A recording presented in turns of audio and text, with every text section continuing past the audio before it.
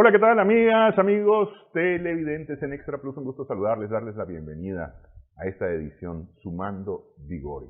Hoy lo hacemos con el padre Boanerges Carballo. Él es vicario episcopal de Pastoral, además de párroco de Santo Domingo en las Sierritas de Managua. Muchas gracias por estar con nosotros, padre. Muchas gracias por tu invitación y pues es un gusto siempre compartir y saludar a los hermanos que siguen esta transmisión. Bueno, vamos para la Semana Mayor, se le llama popularmente la Semana Santa. Voy a empezar con una pregunta relativamente complicada. ¿Esto es mucho más importante que la Natividad? Desde el punto de vista de la creencia, de la fe. Sí, bueno, mira, fíjate que yo diría que estamos frente a dos misterios, el misterio de la encarnación y el nacimiento del Hijo de Dios, de la muerte y resurrección del Señor. Creo que estamos frente a dos misterios de alta densidad teológica y de fe. Yo diría que no hay uno sin el otro, ¿verdad? Para que Cristo diese su vida por nuestra salvación en la cruz y el Padre Dios lo resucitara, tuvo que haberse encarnado y nacido en la historia. Entonces, me parece que tu pregunta es muy importante porque nos pone frente a dos misterios que están íntimamente relacionados. Yo no diría cuál es el más importante que el otro. De hecho, incluso en el lenguaje religioso, teológico, se habla de la Pascua de Navidad y la Pascua de Resurrección, ¿verdad? Entonces, estamos frente a un mismo misterio que es el del amor de Dios que hizo todo por nuestra salvación. Dice el evangelista Juan que tanto amó Dios al mundo que envió a su Hijo para nuestra salvación. Ahora, sin embargo, si Cristo no hubiera padecido, muerto y resucitado, no estaría fundamentada nuestra fe en ese. Es decir, no se hubiera efectuado, pactado la nueva alianza, que es la que trae Cristo y es la que nos congrega a nosotros. San Pablo dice, si Cristo no ha resucitado, vana es nuestra fe. Si tienes razón, en ese sentido, llamémosle así, litúrgicamente, la Pascua es el centro de la vida cristiana, de la celebración litúrgica de la fe. Por eso la palabra Pascua es clave, tanto para Navidad como para la Semana Santa, porque creo yo que apunta al corazón de nuestra fe. Es decir, Pascua significa paso, ¿no? Está conectada con la historia del pueblo de Israel que salió de la esclavitud a la libertad, el paso de Dios en medio de su pueblo. Entonces Cristo vino al mundo, pasó por el mundo precisamente para ayudarnos a encontrar el camino de Dios. Y Cristo pasa de la muerte a la vida para que también nosotros pasemos de esta vida, de este tiempo, a una eternidad con Dios. Entonces la palabra Pascua aquí sería clave para comprender que las celebraciones de los misterios santos de la Semana Mayor nos ponen frente a la centralidad de la fe cristiana, ¿no? Por eso llamamos Semana Mayor, porque celebramos los mayores, los más grandes misterios. le llamamos Semana Santa, porque estamos frente a las cosas más santas, más sublimes, y se nos invita a vivirlo con ese espíritu de santidad, de amistad con Dios y con el hermano. Pues creo que estamos frente a eso. Bueno, venimos de Cuaresma. En teoría, en estos últimos 40 días nos hemos preparado para recibir al Señor el Domingo de Ramos, para recibirlo como Rey. Muchas veces nos quedamos con la imagen física y perdemos la espiritual, porque realmente estos 40 días han sido días en que debimos haber reflexionado, debimos haber pensado en qué estamos haciendo en nuestra vida y qué es lo que debemos hacer para abrir la puerta realmente al Señor, si es que no la hemos abierto. Aunque de repente decimos que la abrimos y la cerramos, ¿no? Pero bueno, en teoría nos hemos venido preparando. ¿Cómo debemos de recibir? Sí, bueno, fíjate que en la cuaresma, como tú has dicho, ha sido un tiempo de preparación. La cuaresma está inspirada en los primeros siglos cristianos. Confesarse no era así de fácil como ahora, ¿verdad? Uno se confesaba frente a su comunidad, uno se confesaba públicamente y por tanto tenía que hacer una penitencia pública para ser reconciliado por el obispo y volver a integrarse plenamente a la comunidad. En los primeros siglos cristianos, bautizarse no era que tengo amistad con el padre y el padre me va a hacer un bautizo especial, o voy a una charla y después ya bautizo, o tengo que bautizar ahora porque los padrinos vinieron del extranjero y trajeron los regalos. No, bautizarse también implicaba un tiempo y un proceso, un camino de preparación para demostrar que realmente quería ser cristiano. Entonces, la preparación al bautismo y la preparación a la confesión o reconciliación son las dos líneas que sostienen la cuaresma. Entonces, algunas veces se nos olvida eso, porque hemos tenido la oportunidad para pensar, reflexionar, hacer una buena confesión, retomar el impulso de mi vida cristiana con mi encuentro personal con Jesús. Entonces eso me ayudaría a que celebrar esta Semana Santa y particularmente el Domingo de Ramos, que creo que estás aludiendo, para decir: tú eres el Señor de mi vida, tú eres el centro, tú eres el Rey, hosana, bendito el que viene en nombre del Señor, ¿verdad? Y las palmas simbolizan eso, un darle bienvenida y aclamar a Cristo Señor. Uh-huh.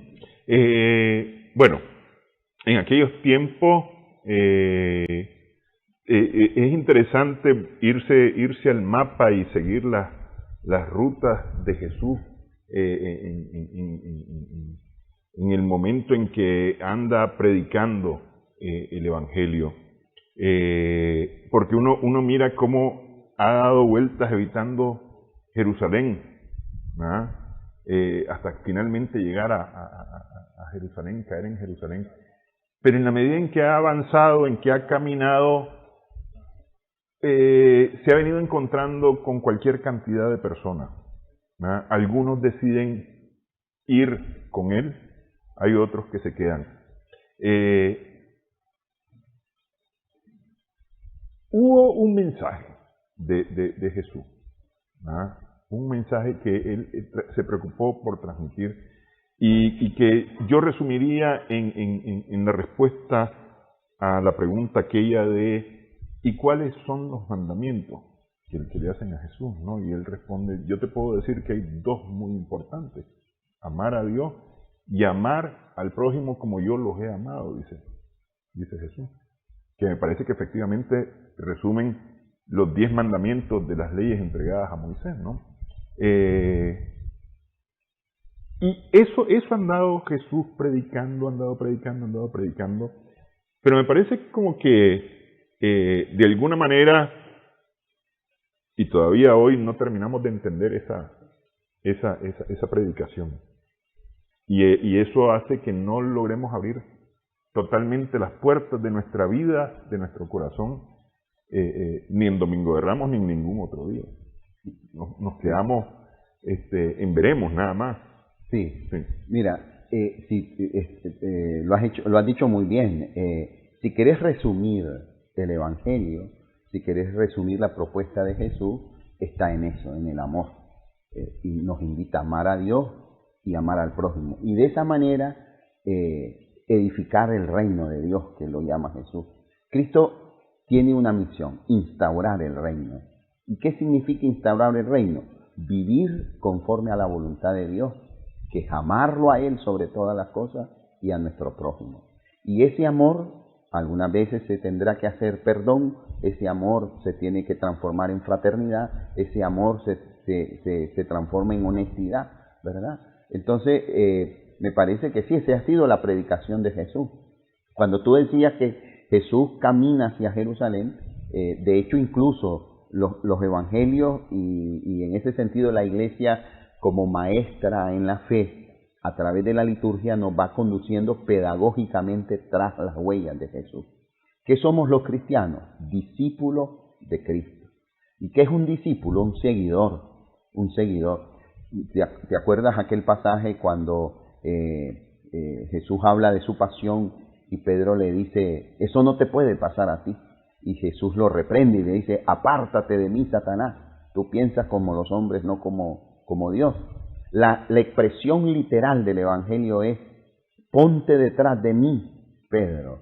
Apártate de mí. Significa ponete detrás de mí. Es decir, tú eres discípulo. Vos no sos el maestro aquí.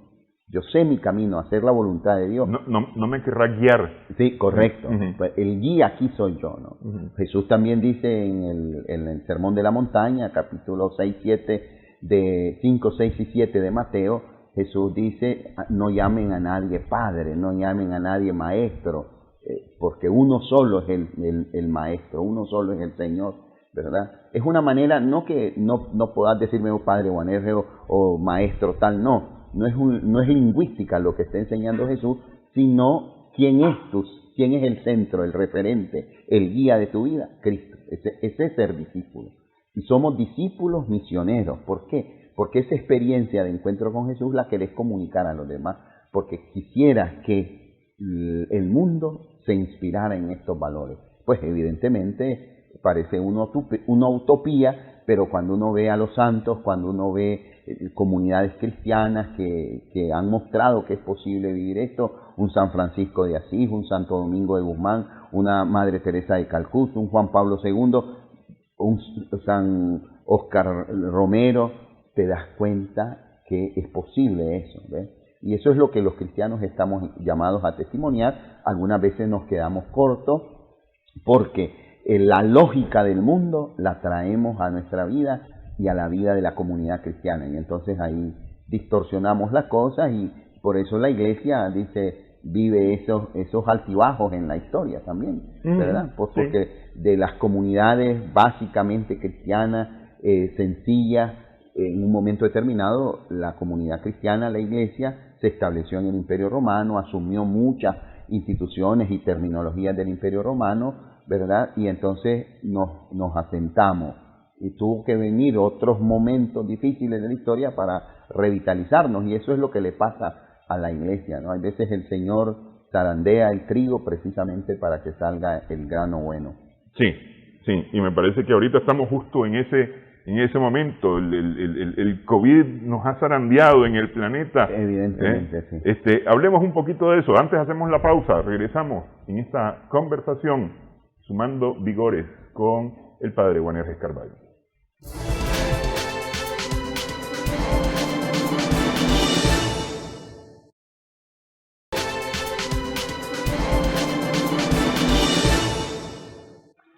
Continuamos en esta edición de Sumando Vigores. Estamos con el Padre Juaner Carballo. Decíamos que de repente hay que zarandear. Uno va al mercado, por ejemplo, y mira cómo están limpiando los frijoles, con un abanico y una zaranda, justamente para que salga la brosa y queden solamente los granos, ¿no? Usted decía que zarandea para que caiga el buen grano, salga el buen grano. Se libere, sea visible el buen grano. Y de alguna manera este zarandeo de este último año me parece a mí que ha hecho que tal vez reflexionemos un poco acerca de, o por lo menos deberíamos hacerlo, reflexionar un poco acerca de nuestra vida y de nuestra vida espiritual.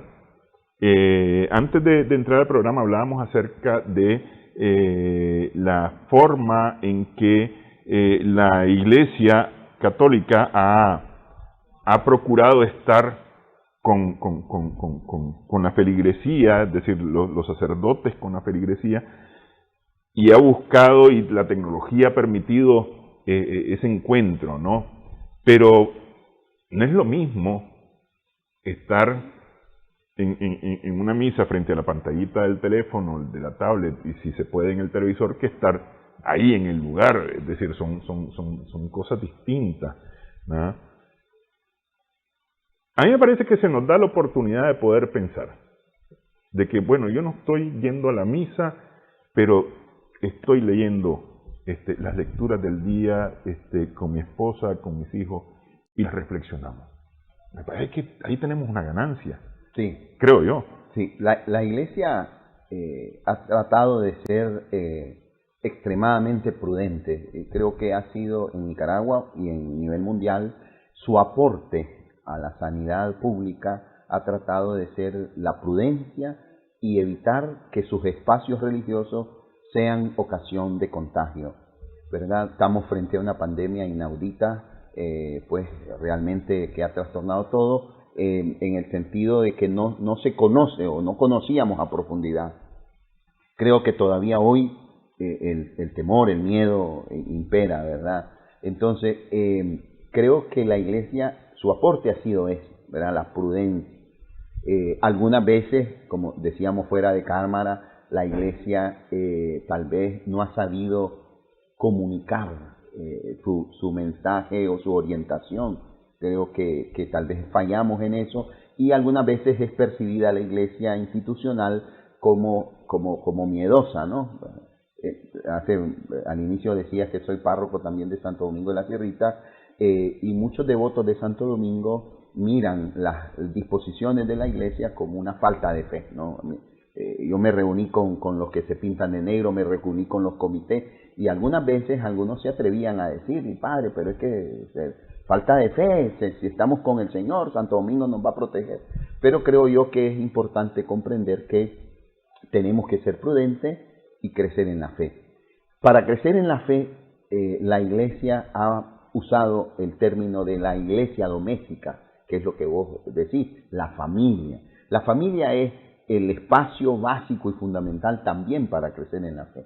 Y esta pandemia ha sido una oportunidad para valorar eso, ¿verdad? Yo creo que en medio de tantas situaciones negativas, eso es uno de los valores que hemos podido tal vez purificar, ¿no? La familia como espacio de fe para reflexionar, para orar, para leer la palabra, para escuchar a través de las plataformas y medios de comunicación nuestra celebración.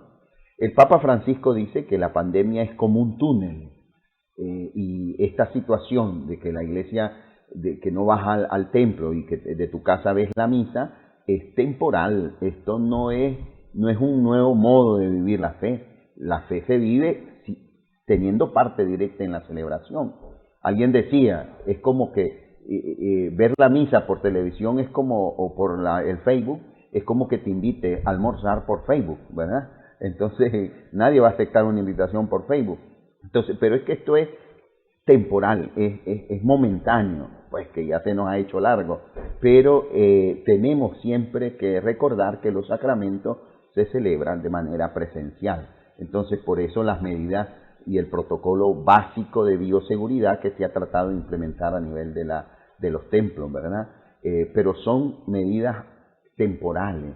Yo creo que todos tenemos que aspirar a volver y celebrar, yo diría, con más fe.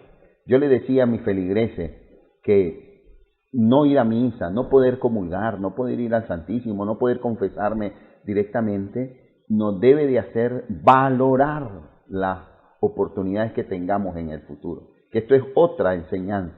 O sea, si de esta pandemia salimos tal cual, perdimos el tiempo. No crecimos. No crecimos, pero si mejoramos y si salimos con más fe, más convicción y más conciencia de lo que es estar en misa, de lo que es confesarme, entonces de algo nos sirvió, ¿verdad? Fíjese que yo veo ahí un asunto, de repente hay gente que no comulga, va a la misa y no comulga por X, Y razón, ¿no? Y entonces hay quien nos señala, mira, Juan Herrera no fue a comulgar, ¿verdad? A saber qué habrá hecho que no fue a comulgar. Pero de repente, pues hay circunstancias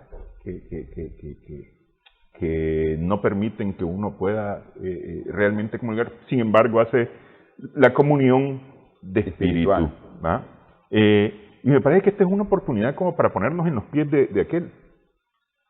¿Sí? Porque justamente no estamos yendo físicamente a comulgar. Yo te lo decía a una señora, porque tú sabes que, por ejemplo, en la Iglesia Católica las personas que no están casadas por la Iglesia, por X y motivo, no pueden acceder a la comunión sacramental.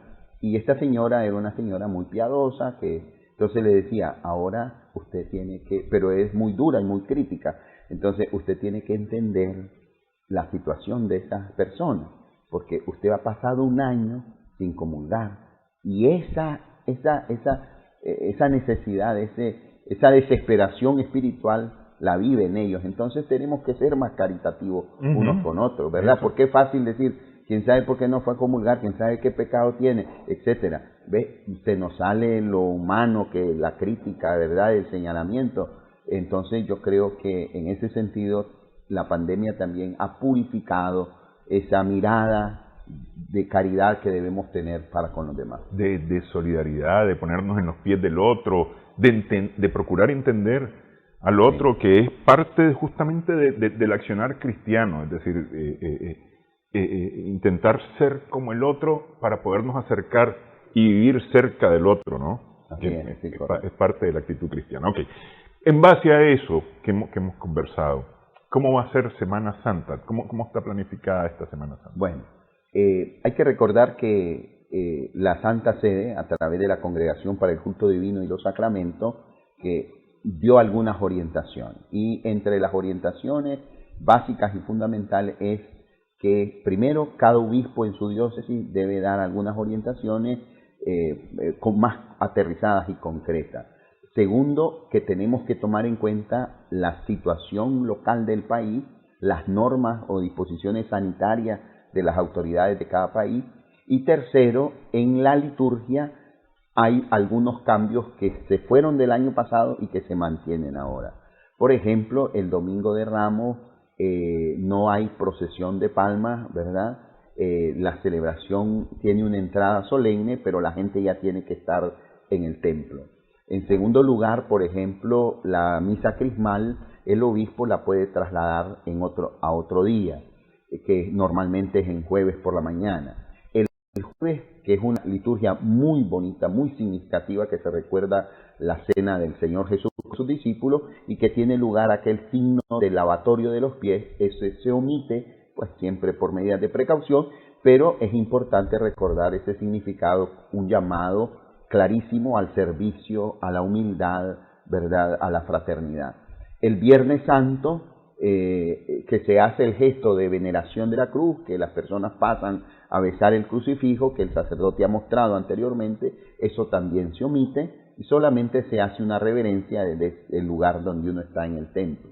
Y la Vigilia Pascual, que es una liturgia muy rica en la palabra de Dios, también ahí se puede, a discreción del sacerdote párroco, reducir, porque son 7 lecturas, más la lectura apostólica, ¿verdad?, más el Evangelio. Entonces se puede reducir a por lo menos 3 del Antiguo Testamento, la lectura apostólica y el Evangelio. No se hace la fogata como de costumbre, sino que se enciende el cirio y se bendice de forma sencilla, ¿ves? Entonces hay algunas variantes.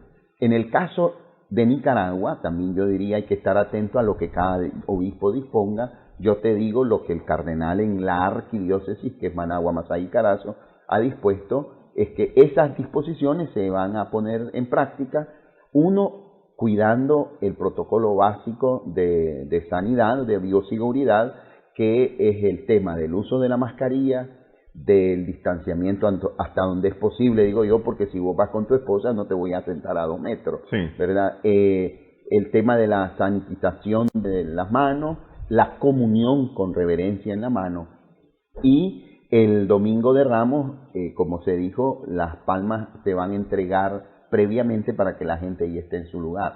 El miércoles santo va a haber la misa crismal en catedral, pero solamente van a acceder los sacerdotes, ¿verdad? El jueves santo no se hace el lavatorio de los pies y también se va a tener un momento de oración con el Santísimo. El viernes santo se aplica lo que habíamos dicho de la cruz y a discreción del párroco el sábado el tema de la liturgia. Y otra cosa, está orientado, yo sé que nos cuesta incluso a los sacerdotes, pero se nos está invitando que signo de comunión, de unidad y sabiendo que es un sacrificio, es evitar el promover procesiones y aglomeraciones innecesarias, ¿verdad? Entonces, esto de las procesiones nos cuesta mucho, pero la idea es la prudencia, pues, y ojalá que la entendamos y sepamos vivir la fe aún a pesar de estas limitaciones. Somos de muchedumbre los nicaragüenses y nos gusta el molote, sí.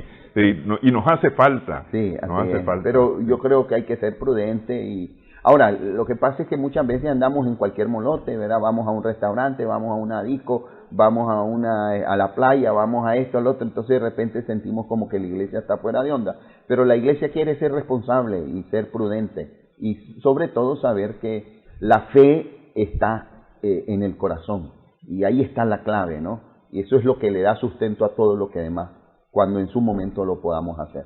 Ok, hacemos pausa nuevamente en esta edición Sumando Vigores.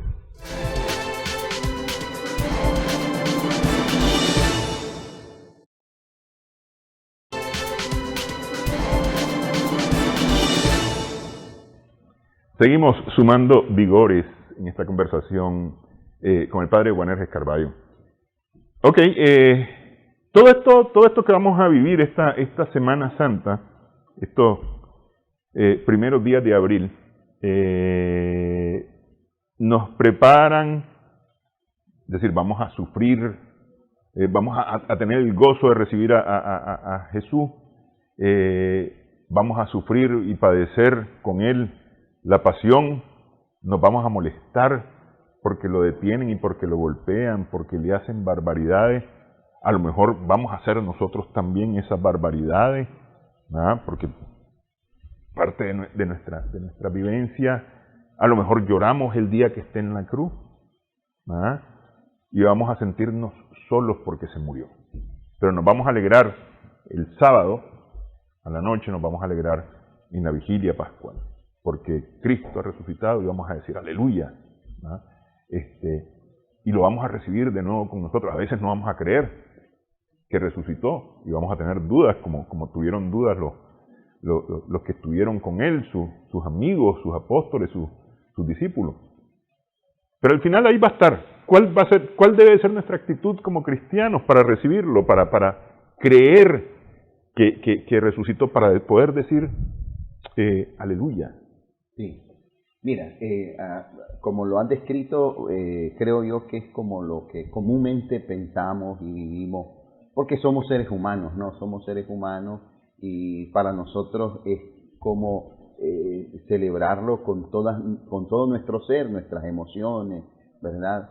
Me estaba escuchándote a vos, me pensaba que cuando yo era pequeñito y asistía al Vía Crucis, a la Semana Santa, yo me ponía a pensar que si yo hubiera estado ahí, lo hubiera defendido a Jesús, ¿verdad?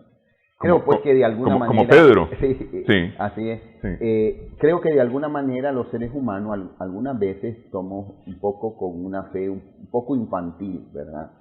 Que se comprende, pero lo importante es que demos el paso, que crezcamos, que maduremos en la fe. Y en ese sentido nos ayuda un término que es teológico, litúrgico, que es el término memorial, ¿verdad? Como cuando el sacerdote dice, este es el sacramento de nuestra fe, este es el memorial de nuestra fe. ¿Qué significa la palabra memorial, que es bíblica y que es religiosa, pues, para la iglesia? Es recordar y volver a vivir un acontecimiento.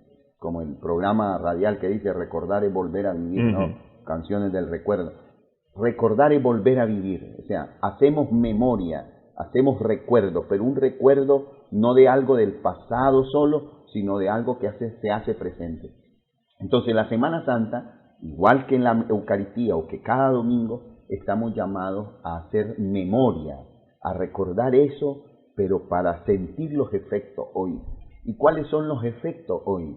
En primer lugar, el efecto nos llegó en el bautismo y nos llega en los demás sacramentos y nos llega cuando la palabra de Dios resuena en nuestro corazón. Y entonces nosotros reaccionamos y actuamos como Jesús, con el espíritu de reconciliación y de perdón, con el espíritu de fraternidad, con el espíritu de amor, con el espíritu de servicio.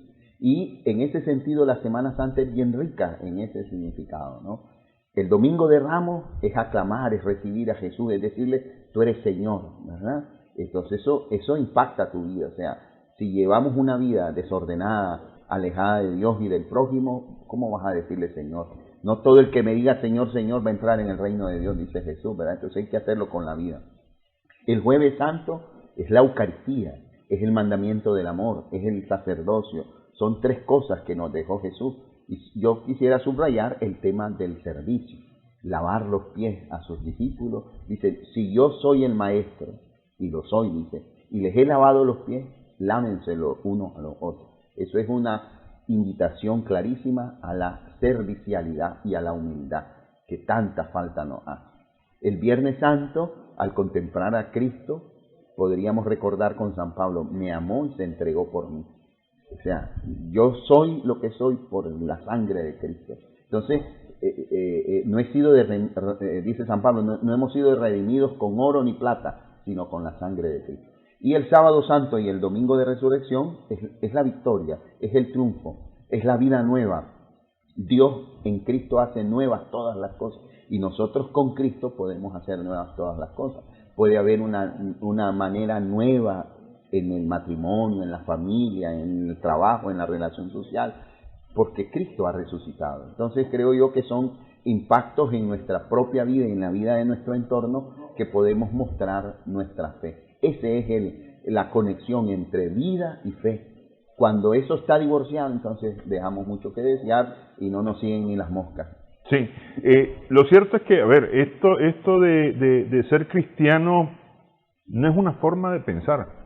Es una forma de vivir, es una forma de vivir y a veces se nos olvida que es la forma de vivir y creemos que es la forma de pensar y no hay esa disociación, me parece. Tenemos que surcir vida y fe, celebración y vida cotidiana. La resurrección de Cristo no solamente es la muestra de su diosidad, de ser el Hijo de Dios, es el cumplimiento de las promesas de Dios, es decir, es un Dios que es fiel con nosotros, que ahí está, como decimos popularmente, al pie del cañón, al lado de nosotros, todo el tiempo.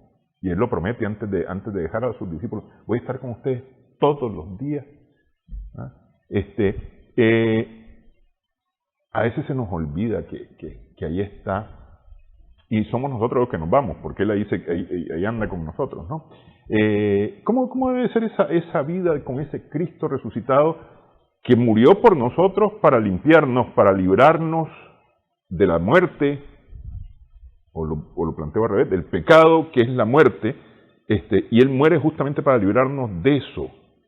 ¿Cuál debería de ser nuestra actitud cristiana, especialmente después de lo que hemos vivido en el mundo, en Nicaragua, este último año de pandemia, por ejemplo? Sí. Dos cosas. Uno, me viene a la mente y quisiera proponer la imagen de los discípulos de Maús. Nosotros creíamos que Jesús iba a ser el libertador y nos vamos de regreso, tiramos la toalla y nos vamos. Y Jesús se acerca, primero no lo conocen, pero su palabra le hace arder el corazón y al partir el pan lo descubren y vuelven corriendo. Resucitó de verdad el Señor, ¿verdad? Entonces yo creo que nosotros también en la vida, hay veces se nos bajan las llantas, nos acomodamos. Dejemos que en este tiempo pascual la palabra nos haga arder el corazón y que lo descubramos no solo al partir el pan eucarístico, sino también al partir el pan de la fraternidad. O sea, que la palabra de Dios nos haga entender los misterios de la vida y, en segundo lugar, lo mostremos a través de la caridad y la fraternidad. Hemos pasado momentos difíciles. Yo creo que esta Semana Santa debe ser un bálsamo para fortalecernos y yo creo que tenemos que ver las cosas distintas. Hemos aprendido que lo más importante está en el corazón, que hay cosas que son buenas y bonitas y agradables, pero que no son esenciales. Tenemos que aprender cuál es lo más importante, hacer un orden jerárquico de mis valores, de mis prioridades, para poder vivir la vida con sentido, ¿verdad? Y en esa línea poder, usando el nombre de tu programa, ¿verdad?, sumar vigores, ¿verdad? Creo que cada creyente, cada persona convencida de su fe, debe sumar vigores en la familia y en la sociedad. Bueno, quiero agradecerle que haya estado con nosotros, Padre, en esta ocasión. Desearle una feliz Pascua de Resurrección, ¿ah? Y invitarnos a todos a vivir la Pascua, a vivir la Pascua, a vivir estos días próximos de la Semana Santa y vivir plenamente la Pascua. Así es, celebrarla en la liturgia y celebrarla en la vida, ¿verdad?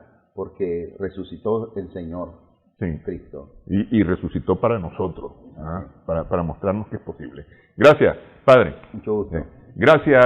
Bueno, hacemos pausa, ya estoy despidiendo el programa. Hacemos pausa, regresamos en breve.